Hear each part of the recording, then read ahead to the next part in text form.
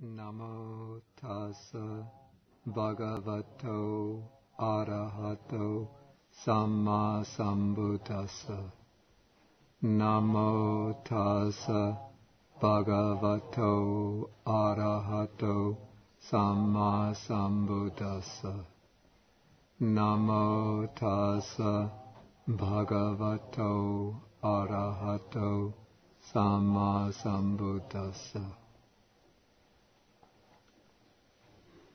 Good evening, everyone.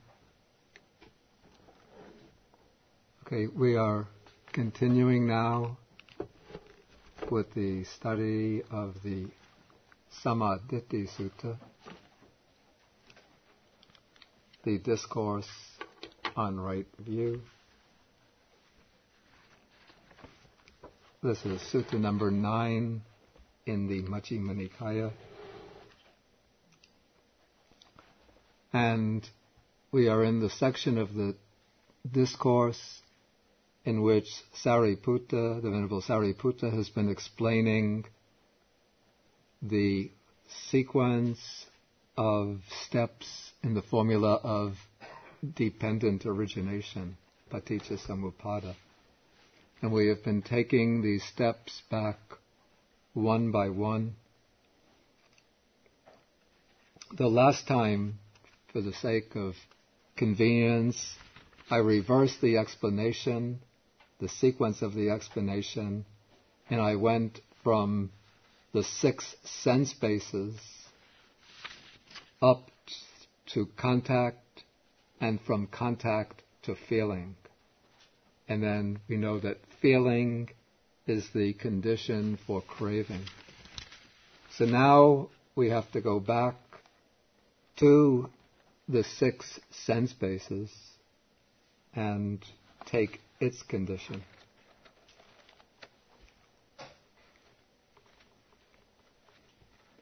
Okay, we're on page 140 in paragraph 50, section 50. This is just a little bit of review. It says, what is the sixfold base, or more naturally you could say the 6 sense bases? What is the origin of the 6 sense bases? What is the cessation of the 6 sense bases? And what is the way leading to the cessation of the 6 sense bases? Okay, these are the 6 sense bases: the eye base, ear base, nose base, tongue base, body base, and mind base. Okay, then with the arising of mentality, materiality, this is namarupa, there is the arising of the sixfold base. With the cessation of mentality, materiality, there is the cessation of the sixfold base. And the way leading to the cessation of the sixfold base is the Noble Eightfold Path. Okay, so now we have the 6 sense bases, and these 6 sense bases arise with the arising of namarupa, mentality, materiality, or we can also translate this expression as name and form. Okay, before we go into the explanation how name and form, mentality, materiality is the condition for the 6 sense bases, let us come to the next section of the sutta, which gives the explanation of mentality, materiality. Okay, so after the Venerable Sariputta gave this explanation, then the monks expressed their appreciation in paragraph 52. And then they asked Venerable Sariputta if there is another way in which a noble disciple is one of right view who has arrived at this true Dhamma.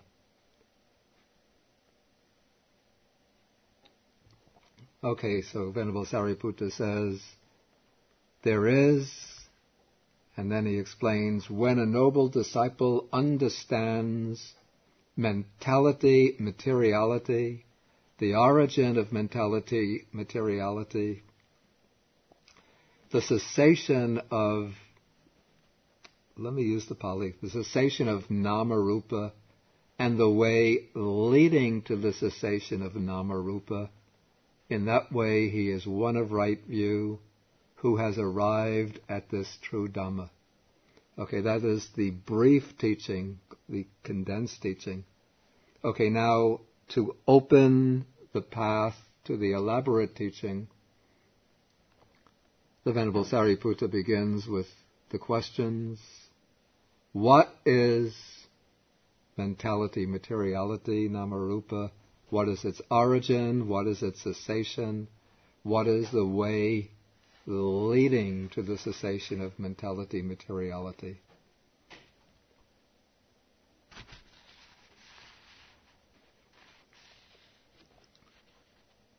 Okay, before I go into this explanation, I should give a little background explanation of this term, nama-rupa.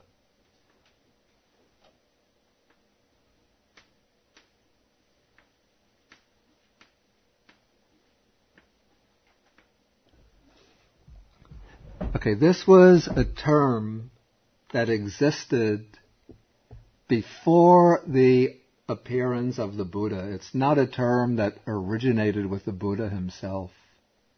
It was already a term used by the Brahmins. Occurs in the Upanishads, one of the a collection of the basic philosophical texts of Brahmanism.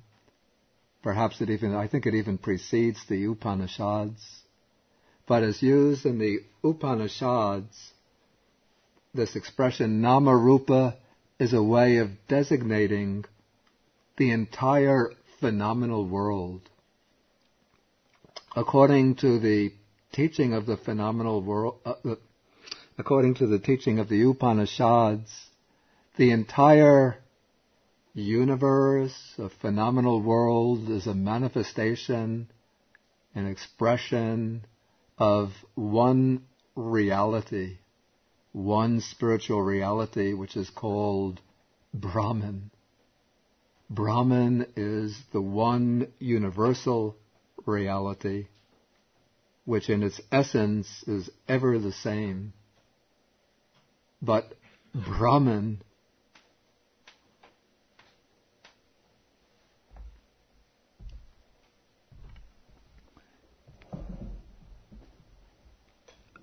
appears as differentiated into many, many different things. These are the differentiated phenomena of the world. And now this multiplicity of differentiated phenomena has two aspects. There is the aspect of what appears, that is form, and there is the way we perceive and conceive and designate what appears.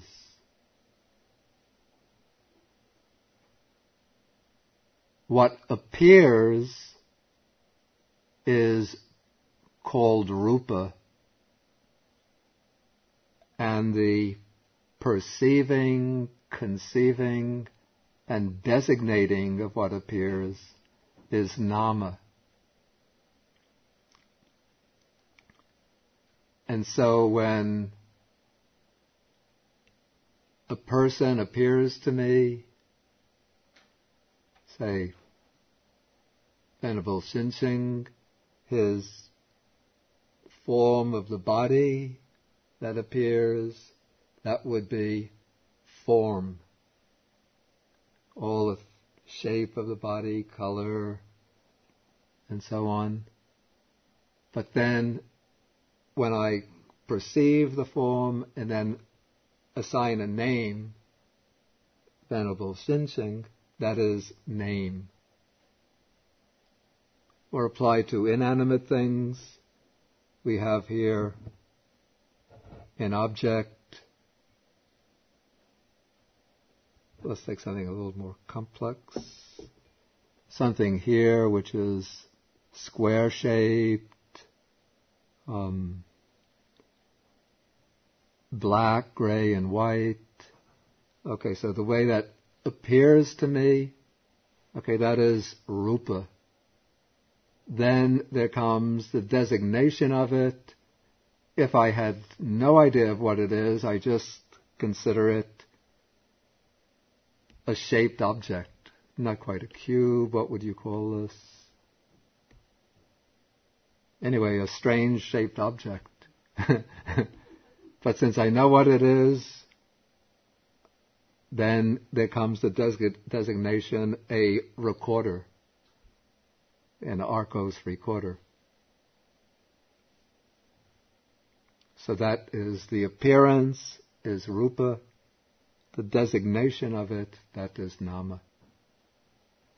That is in the Brahminic philosophy. It's not really Hinduism, because Hinduism is a phenomena that comes later, much later than Buddhism. But this is the philosophy of the Upanishad that derives from the Vedas and the Upanishads.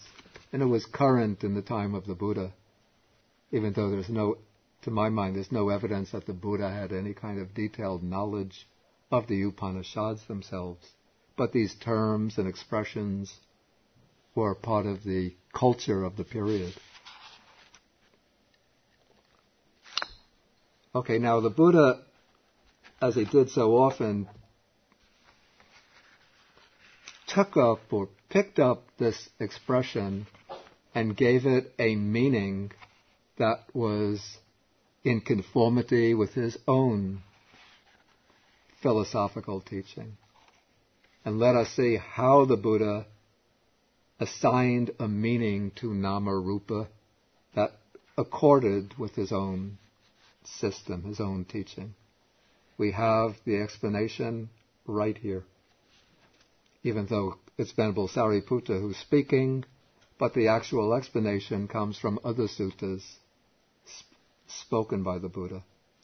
Okay, so what is, now Venerable Sariputta is going to take the expression nama rupa and break it down into its two components, nama, name or mentality, and form or materiality. Okay, so first we have nama, mentality. What is nama? Feeling, perception, volition, contact, and attention. These are called mentality or name, nama. Before I come to them, I'll go on and take care of rupa. Okay, the four great elements and the material form derived from the four great elements, these are called materiality, matter or form. So, this mentality and this materiality, you take the one, you take the other, join them together, and this is what is called mentality, materiality, or name and form. Okay, now this mentality and materiality are two major aspects of experience.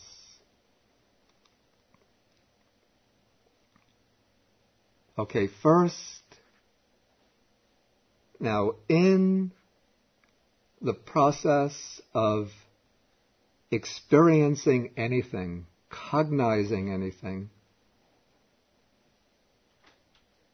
when we are to give anything a name, that is, to designate anything, to organize the mass of data that flow in through our senses, to organize it into an intelligible whole, there are a number of factors that are basic to every act of cognition.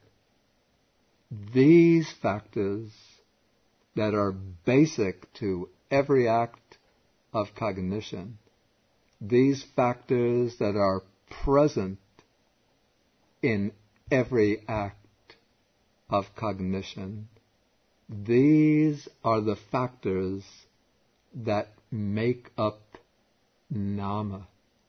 These are the factors that constitute Nama, mentality, or name. Nama is not actually name in the sense of the name Bhikkhu Bodhi, the name Venerable Guocheng, or any other name. But it is, these are the factors that are, you could say, that are essential, indispensable to the act of naming. And it is through the act of naming that we organize, experience, and render it intelligible, meaningful to ourselves.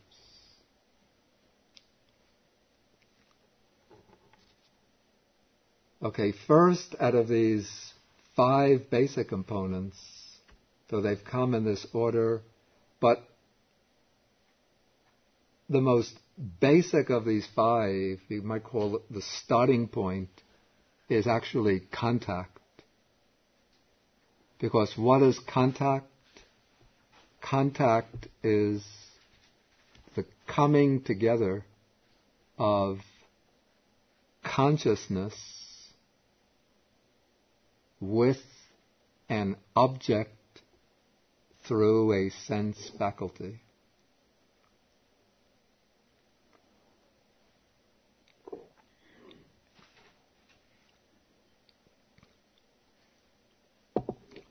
And so for any experience to take place at all, there has to be, let's say, for any particular experience to take place at all, there has to be a contact with that particular object that is to be the object of that particular experience. Let me repeat that.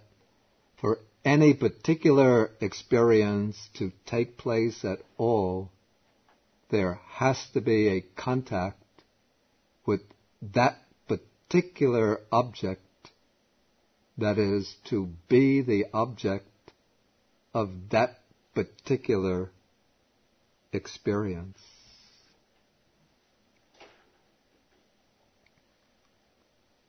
So we can say that it is through contact that consciousness goes out through the door of the sense faculty and shakes hands with the object and says, "Hello, object, how are you today?" Or, looked at from a different angle, it is through contact that the object enters through the door of the sense faculty and shakes hands with consciousness and says, "Hello, consciousness, how are you today?"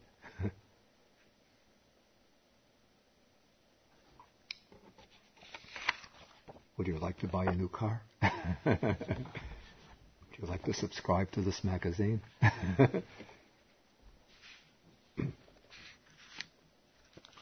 Okay, once contact has taken place, then through contact, the mind adverts to the object. That is, there is a turning of the mind to that object. That turning of the mind to the object is what is translated here as attention. The Pali word is manasikara, which here, the word manasikara, literally it has the sense of making in the mind. Manasi, what case is it? What case?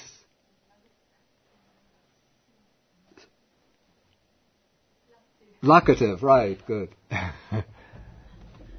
Now, this is a single noun which is formed by bringing together a locative case with another noun to make one noun.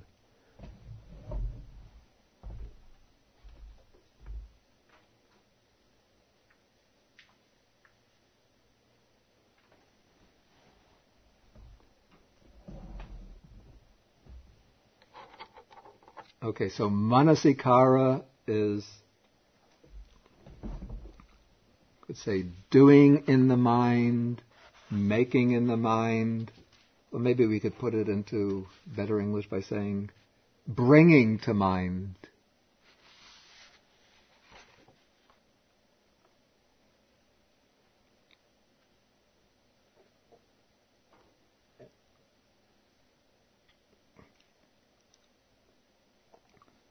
Okay, and through the act of attention and conditioned by contact, there occur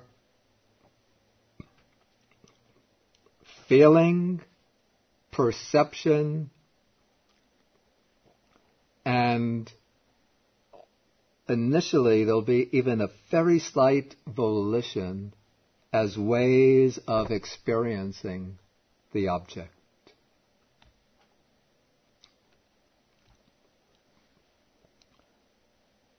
So, when I look at this object on the surface here, and I see it, I attend to it, then even though this object, I don't have any particular strong feelings about it, but there'll be some feeling. In this case, it will be a neutral feeling.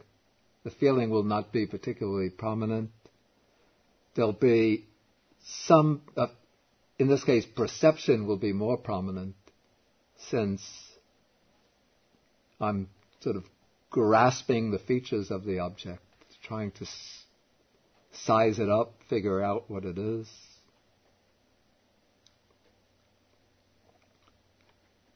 And there'll be some volition. In this case, the volition will be very, very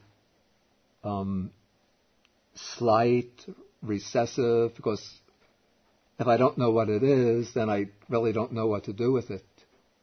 If it's an object that I'm going to use, for example, when I perceive the cup with the drink in it, then I have the intention to take a drink, then the volitional component in that, even in the act of perceiving the cup, will be more prominent.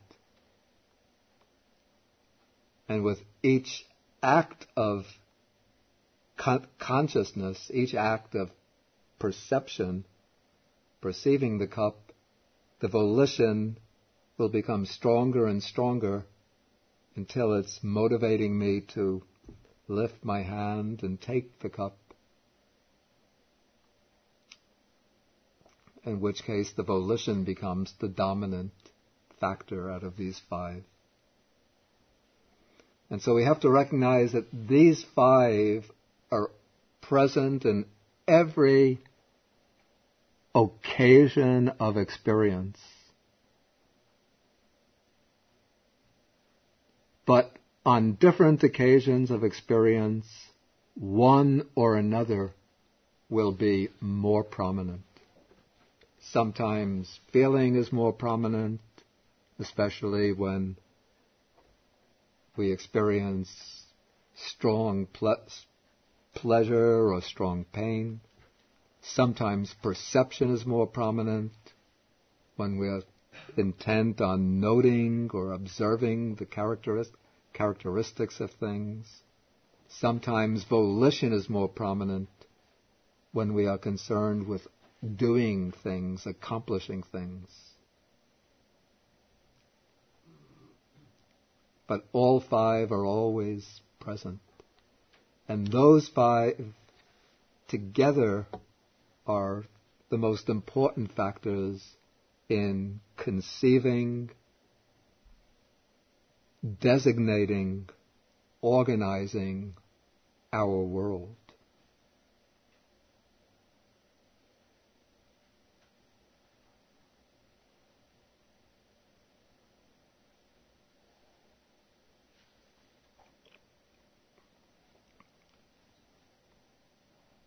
Okay, this is mentality, or nama, name. Then we come to rupa, form, or materiality.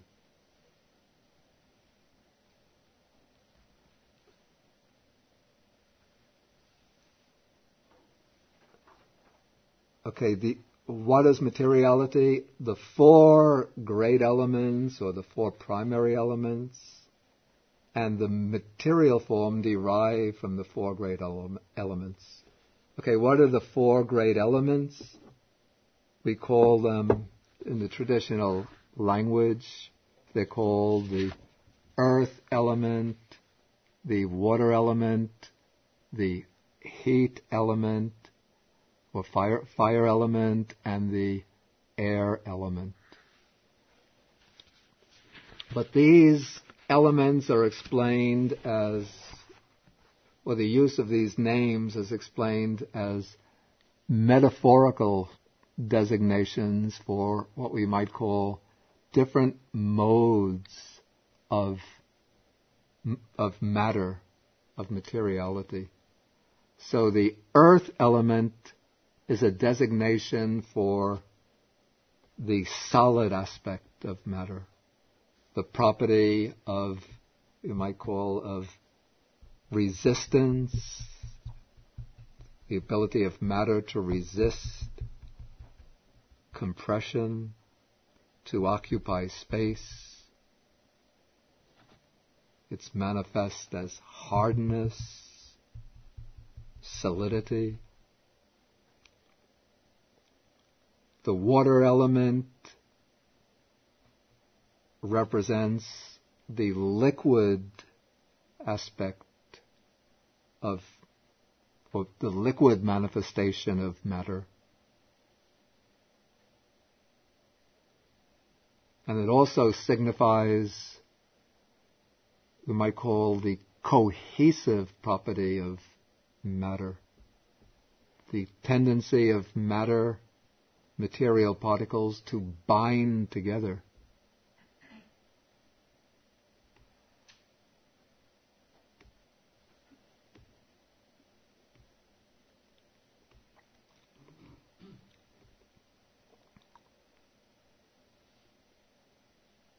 Okay, the fire element represents the property of heat.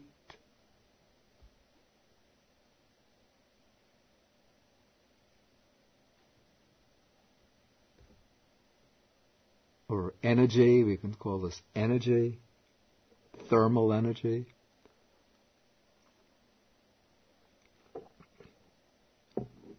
And the air element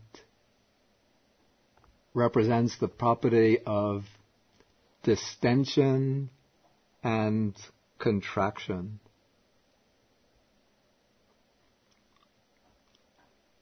Or the property of motion.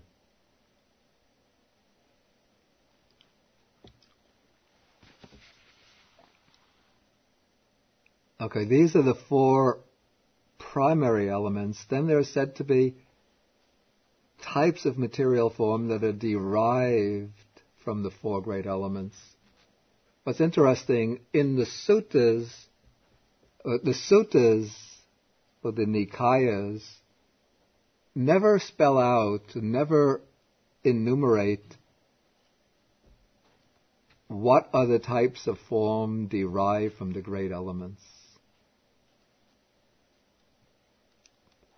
But this is done in the Abhidhamma, the other great collection of Buddhist texts, and probably different Abhidhamma systems do it a little bit differently.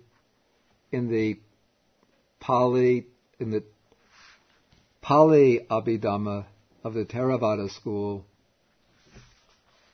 some 24 types of derived matter enumerated. I'm not going to mention them all, since most of them are not important for our purposes. But the most important of these types of derived matter are the 5 types of sensitive matter that constitute the ayatanas, the sense bases. I spoke about these last week. I called them last week the pasada rupa, that is the sensitive types of matter. So that what we call the eye base is a particular type. It's not just the eyeball, but it's a particular type of matter located somewhere inside the eye, which is able to respond to light and to transform light, rays of light, into color and visible form. And similarly, there's an ear base. The nose base is what is able to respond to smells. Tongue base, what can respond to taste. The body base is not the whole physical body, but the sensitive parts of the body that respond to tactile sensations. So those are 5 types of sensitive matter. Then there's said to be 4 types of the sense objects, the 4 sense objects. That is, visible form is a derived matter. It's not one of the primaries, but it appears based upon the primaries. Sound is another. Smell is another. Taste is another. Now, you might wonder, what about the tactile sensations? Why aren't they classified as a type of derived matter? And this might be a peculiarity of the Pali Abhidhamma. I don't know about Abhidhamma Kosha system, but they say the tactile base actually consists of the primary elements themselves, 3 of the primary elements. The earth element, the heat element, the earth element because we can touch and feel whether something is hard or soft. The heat element because we can touch and feel whether something is hot or cold. And the motion element because we can touch something and feel whether it is expanding or contracting. But I have to say, my big question, one day in my hermitage in Kandy, I went out, it's a hot country and we hang the towel up on a line outside. I went outside to feel whether my towel was dry or not. And suddenly the thought came to me, hey, if the Abhidhamma is right, by touching my towel, I should not be able to tell whether it is wet or dry. Because I'm not supposed to be able to, the water element is not supposed to be an object of touch. Do you understand?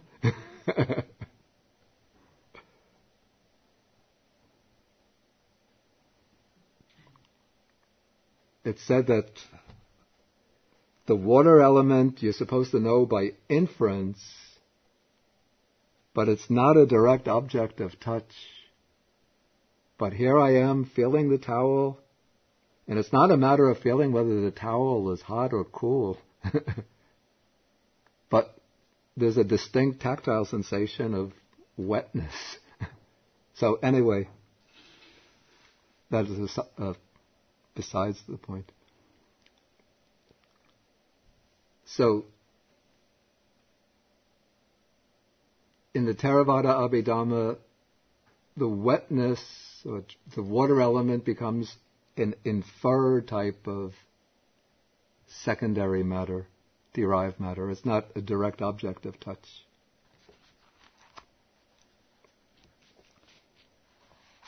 Okay, another important type of derived matter is called the life faculty. This is the faculty which is present whenever we're alive, and when that is cut off, it means blup, dead.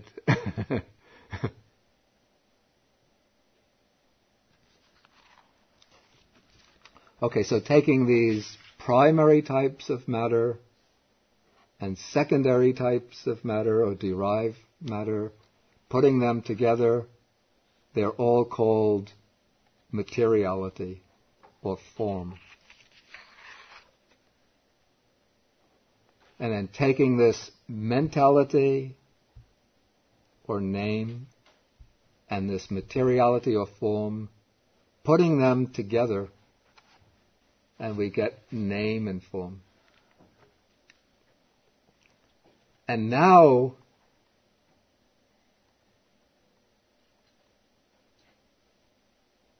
maybe I should, before we go further, maybe I should just ask if there's any questions. I want to come to the explanation of how name and form and nama-rupa is the condition for the six sense bases. But before I get into that, I'll just ask, are there any questions on the explanation of name and form, nama-rupa? Does it imply that non-sentient beings don't have name and form? A good question. Non-sentient beings are form, have form. Let's say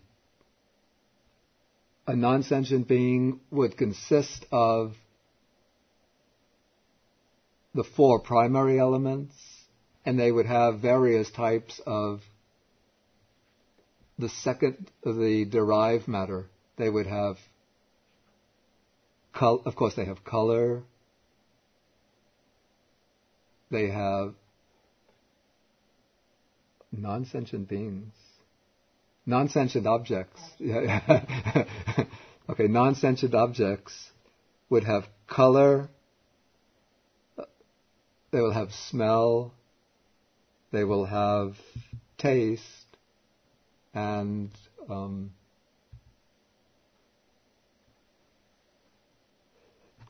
they will make, some of them make sounds. If the wind blows through something like a bamboo, well, bamboo is alive, but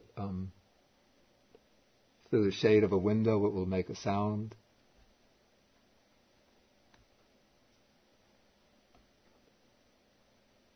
Yeah, so it's just form. There's no mentality, no perception, no feeling.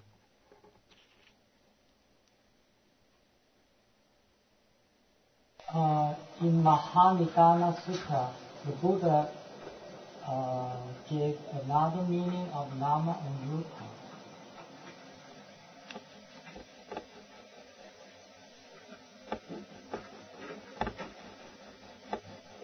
I don't think he gave another. Consciousness depends on nama and rupa and nama and rupa depends on consciousness. Yeah. But I didn't Yeah. And the Buddha goes on to say, suppose it is during the time of conception. So this kind of nama and rupa, it seems to me, is not the definition. Okay, yeah, that's an important point.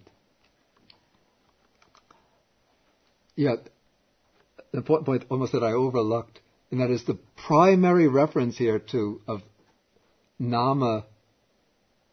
It's not so much external objects as having the form, but it is the form of our own body.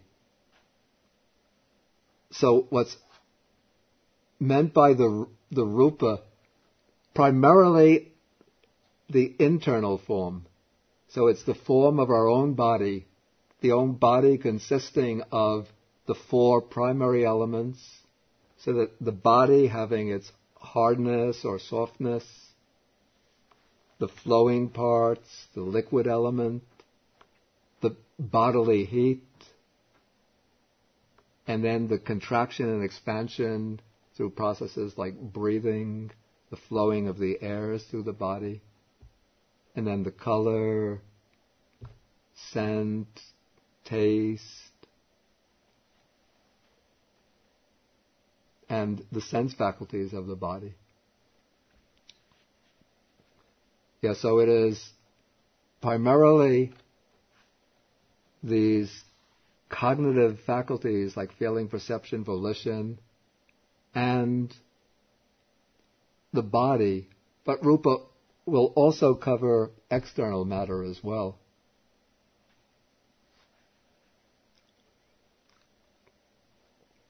It's not a different definition, but it's just that I overlooked to mention that the rupa is that nama rupa is primarily referring to the individual considered as a material body consisting of the four elements and derived matter, together with the functioning of these mental components.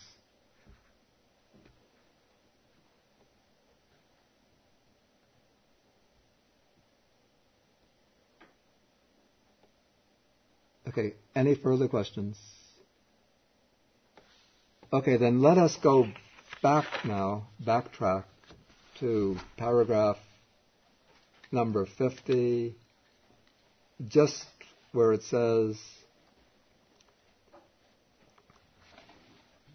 there are these 6 bases, I base to mind base, and with the arising of mentality, materiality, there is the arising of the 6-fold base. Okay, now this can be understood in 2 ways, at least 2 ways. And these 2 ways are not mutually exclusive. It's just a slight difference in point of view. One, let us see a general name for this. We might call it a developmental point of view, and the other we might call it an analytical point of view. Okay, from the developmental point of view, here nama rupa, name and form, will designate I call it the psychophysical organism, the mental and bodily organism that has taken conception in the mother's womb, in the case of a human or animal birth, mammalian birth, and is starting to develop. And as that psychophysical organism develops,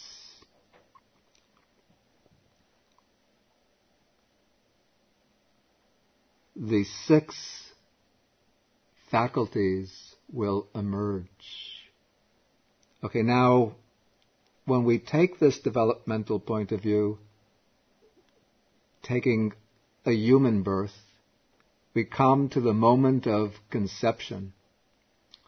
The moment of conception begins when consciousness, a stream of consciousness coming from a previous life, links up with a fertilized ovum. And that is the moment of conception, when a new being actually is conceived.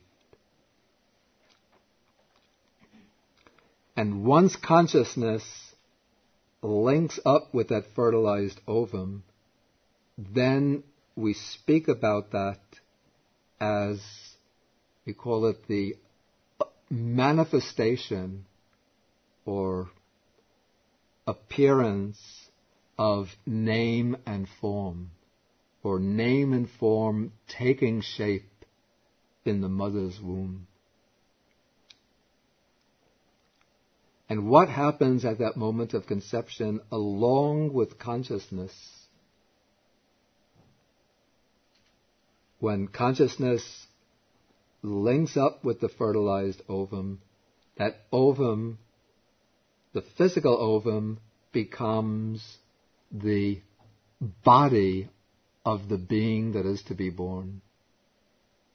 And that body then is the rupa in the nama-rupa complex. And that fertilized ovum will then consist of the 4 great elements, and it will have certain types of derived matter. Of course, it will have color, it will have some scent or odor, it will have a taste, it will have the life faculty,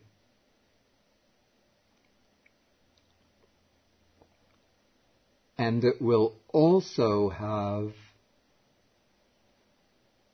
one of the 6 sense bases. Which of these 6 sense bases will it have? Which of these 5 physical sense bases will it have?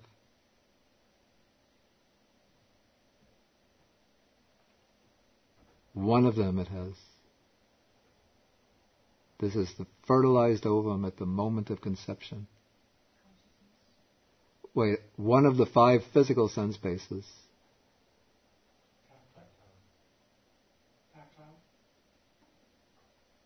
Tactile is an object, but you're close. What is that? It's the body base. The kaya-ayatana, the body base. Of course, that little one-celled organism, now dividing maybe 2, 4 cells, it has the body base so that it is sensitive to sensations.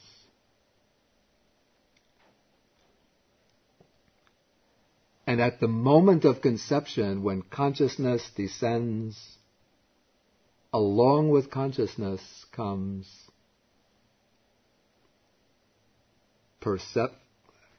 feeling, perception, volition, contact, attention. Believe it or not, all of those 5 factors are present right at that first moment of consciousness. Their functioning would be extremely simple. So simple that we can't even conceive what it's like. Just as we can't conceive what will be the experience of a one-celled organism.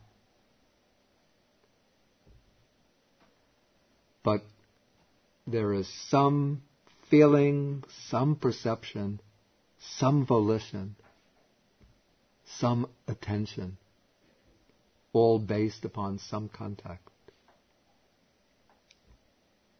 And so that is nama.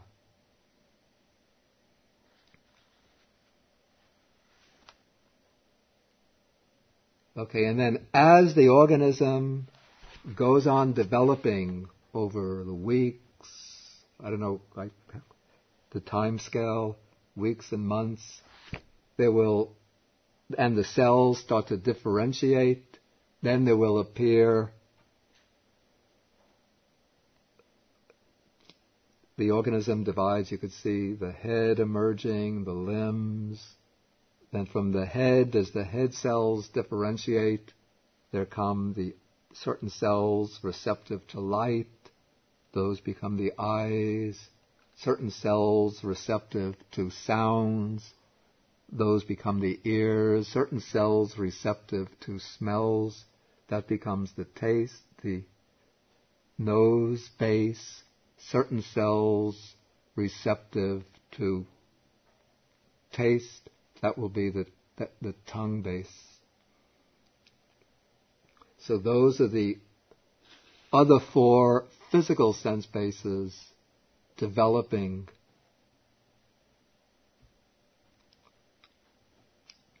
based upon the original rupa at conception. Then at conception, that consciousness that descends, that becomes the mind base. The first, that very simple stream of consciousness, that becomes the mind base.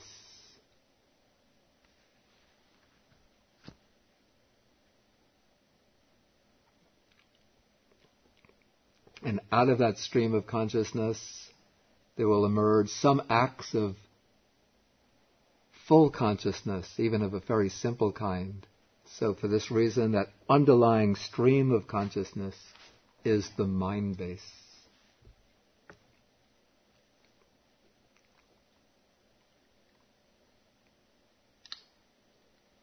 And so in this way, we say that with the arising of nama-rupa, there is the arising of the sixfold base. And if nama-rupa is cut off, say in the mother's womb, if it doesn't develop, then there is the cessation of the sixfold base. The six bases don't develop. Okay, that's one way to understand this. This is what I call the developmental way. The other way, what I call the analytical way, is by taking any experience and we see that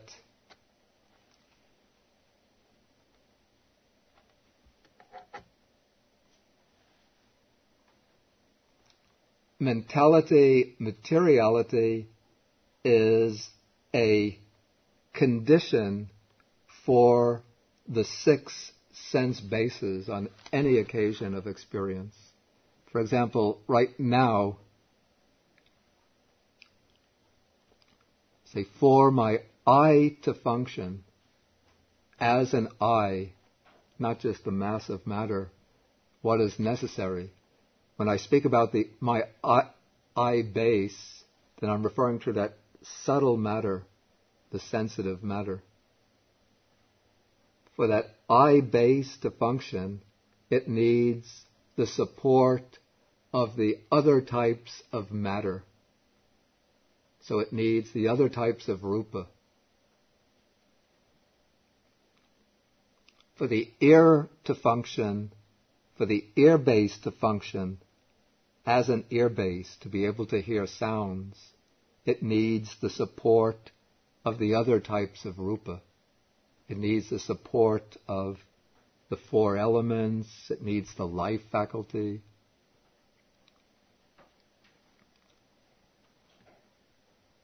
And so all five of the physical sense bases need the support of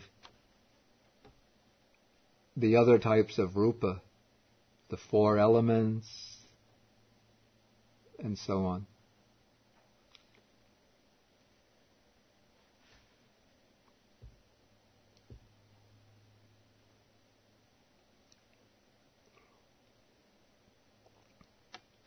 And in rather complex ways, which you can figure out through reflection, even for the sense bases to function as sense bases, they need some contribution from the mental aspect.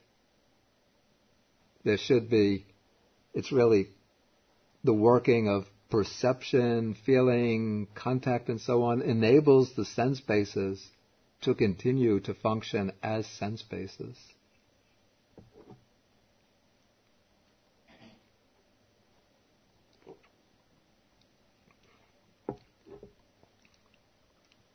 And then in human life, the mind base, this underlying stream of mind, of consciousness, depends upon mentality, materiality.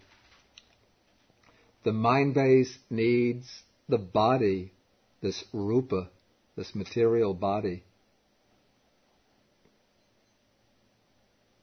And the mind base, that stream of consciousness, depends upon the factors that constitute mentality. The mind base, that stream of consciousness, doesn't function alone, but the consciousness always arises together with feeling, perception, volition, contact, and attention.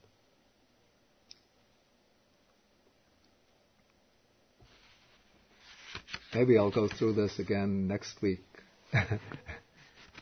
The kind of review. Now it's come to 8 o'clock. I know this is rather dense, and I don't want to just rush it, pack it in too quickly. And I want to leave time for people to ask questions, if anyone has questions. When we speak about 6 sense bases, yeah, the former 5 sense bases are much more in material. Yeah, they are material. Yeah. But in the 6th, the mind base, is it material or spiritual? Yeah, this a good question. The 6th base, the mind base, is not a physical organ that supports consciousness.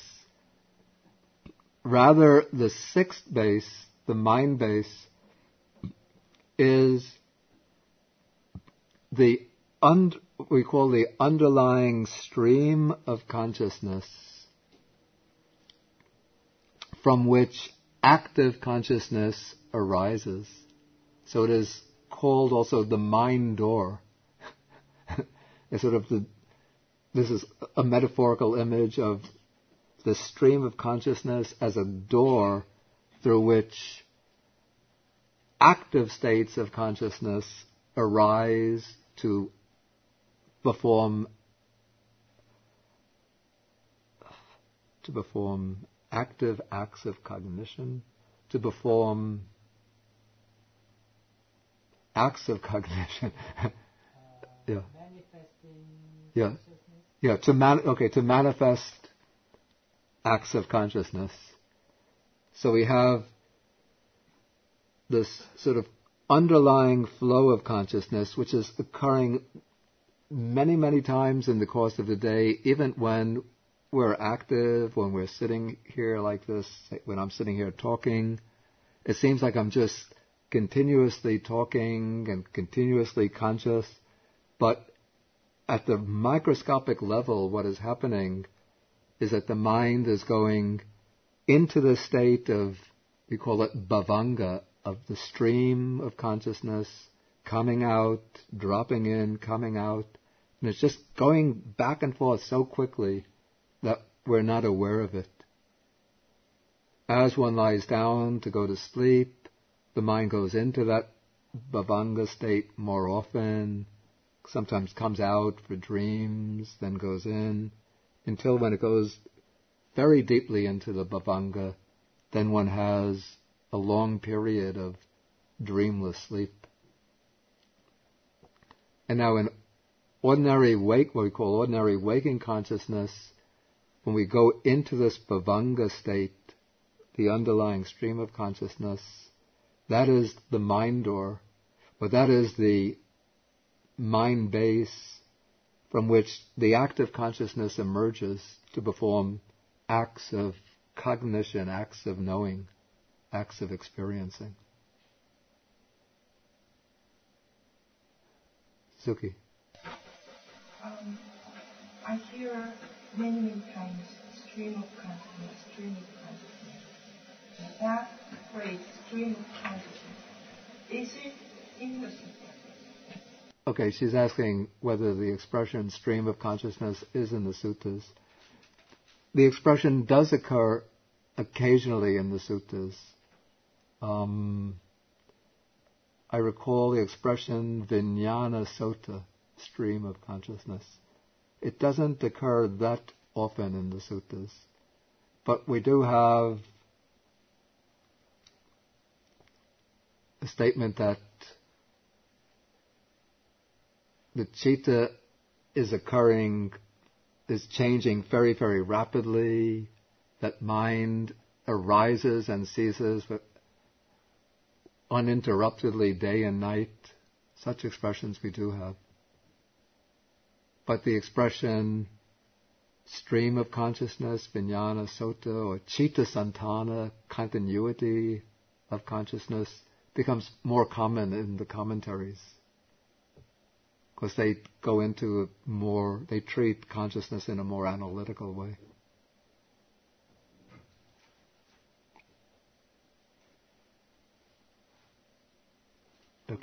After fertilization take place even just biologically without the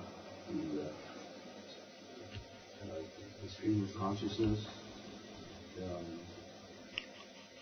being involved? Can an act of fertilization take place biologically without the stream of consciousness being involved? And would a living being then arise from that act of fertilization? That is the question. The question I'm asking. Oh, well, what I'm asking is that, yes, suppose that a living being arises. I'm thinking of contemporary technology of cloning and in vitro fertilization. And if every merging of gametes summons the stream of consciousness because of undischarged karma, and these technologies interrupt that, and that could be karmically very have consequences for the technician. Okay, in the case of in vitro fertilization, even though the fertilization takes place in vitro rather than in the womb, but in such a case, since there is fertilization, a being has been conceived in this case, one would have to say that the stream of consciousness has entered, a stream of consciousness carrying its own karmic imprints from the past. Okay, the case of cloning, I have to admit I get into some difficulties how to bring this together with the karma theory. I would just have to say that even though, actually it's not really more difficult than the idea of identical twins in principle. Just here you have two beings with biologically the same physical constitution, but one would just say that each one has its own stream of consciousness, which is part of a continuum which is passed on from, or arriving from different beings with its own, from different beings and from a different series of beings through a different series of past lives. So one would assume that there's been some connection between these streams of consciousness and past lives, and that they've been very close together, which accounts for the fact that they've come together in physical organisms with identical genetic constitutions.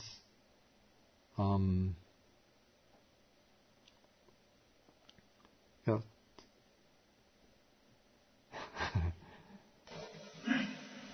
As far as the mind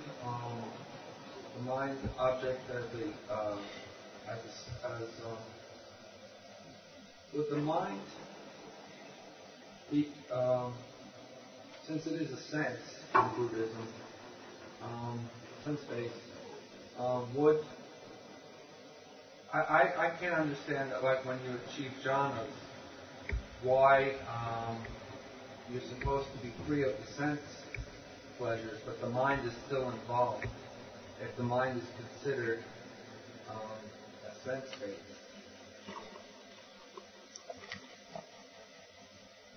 I don't see the problem here. The mind is able to function without dependence upon the physical senses. Doesn't seem to be any more of a problem than why one can go to sleep when one is in a sleep, the dreamless sleep. So there is like a separation between the five senses and the sixth sense of the mind. Yeah, that is very possible, yeah. It's just that in sleep, the mind is going below the level of ordinary sense function, whereas in the development of jhana, then one is moving the mind above and away from the sense functions.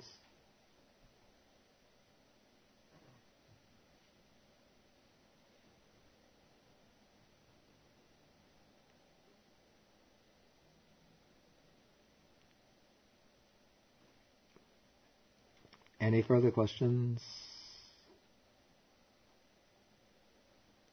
Okay, then I'll go into this a little more, and then we come to further aspects of it when we get into nama rupa, connecting to consciousness. So we're not yet finished with this, but next week I really want to finish the dependent origination and the end of the sutta.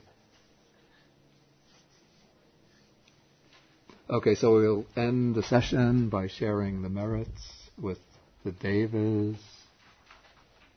the nagas or dragon spirits, the bhutas, and all other beings, requesting them to protect the Buddha's teaching, to protect the exposition of the teaching, to protect ourselves and others, and to achieve the fulfillment of all good wishes. Akasata chabumata deva naga mahitika punyantang anumoditva chirang rakantu sasanang.